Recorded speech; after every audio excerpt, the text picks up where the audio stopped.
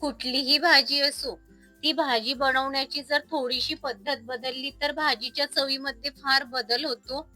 आजची ही भाजी जी आहे आपली घरगुती रस्सा भाजी, त्यामध्ये सुद्धा आपण भाजी बनवण्याची पद्धत थोडीशी बदललेली आहे.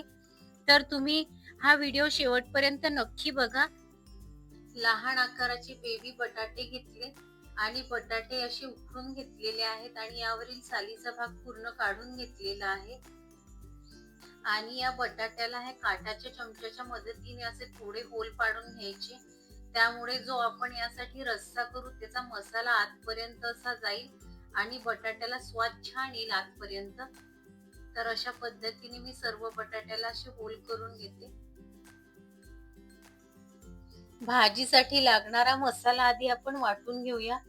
त्यासाठी कोथिंबीर घ्यायची, लसूण पाकळ्या आहेत, एक 10 ते 15 लसूण पाकळ्या आहेत मोठ्या मोठ्या.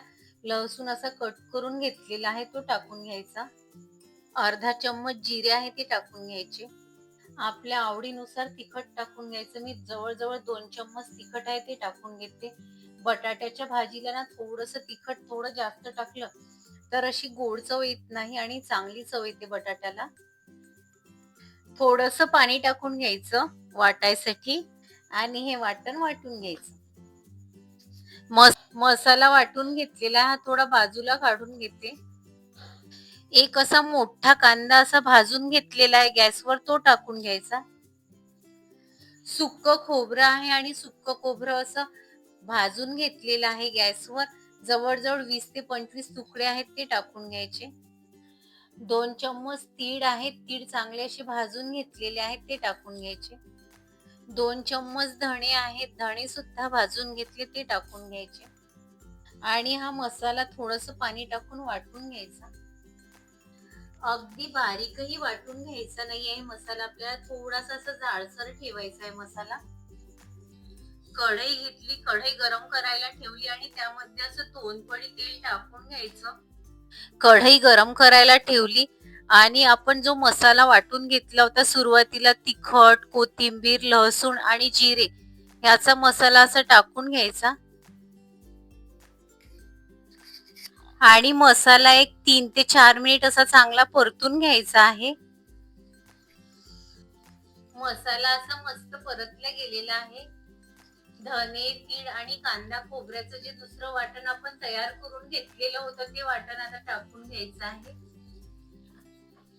हा मसाला एक 3 मिनिट चांगला परतून झाल्यानंतर यामध्ये हळद टाकून घ्यायची. गरम मसाला टाकून घ्यायचा. कसुरी मेथी थोडीशी टाकून घ्यायची. आणि हे सर्व मसाले टाकल्यानंतर 1 मिनिट असं चांगलं असं परतून घ्यायचा हा मसाला. मसाला चांगला 1 मिनिट असा परतून घ्यायचा. आणि मसाला परतून 1 मिनिट झालेला, यामध्ये असं पाणी टाकून घ्यायचं थोडंसं. तुम्हाला हवा तेवढा असा रस्सा करून घ्यायचा.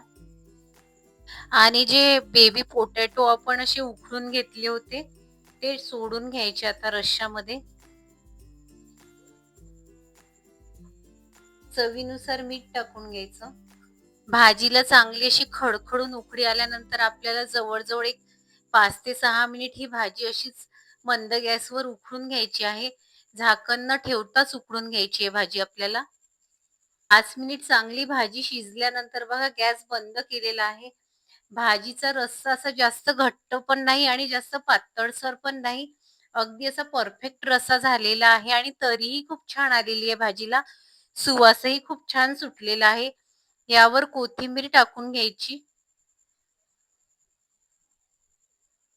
भाजी जेवढी पाहायला सुंदर आहे तेवढी खायलाही खूप चविष्ट झालेली आहे. तर नक्की ही भाजी तुम्ही एक वेळ तरी ट्राय करून बघा.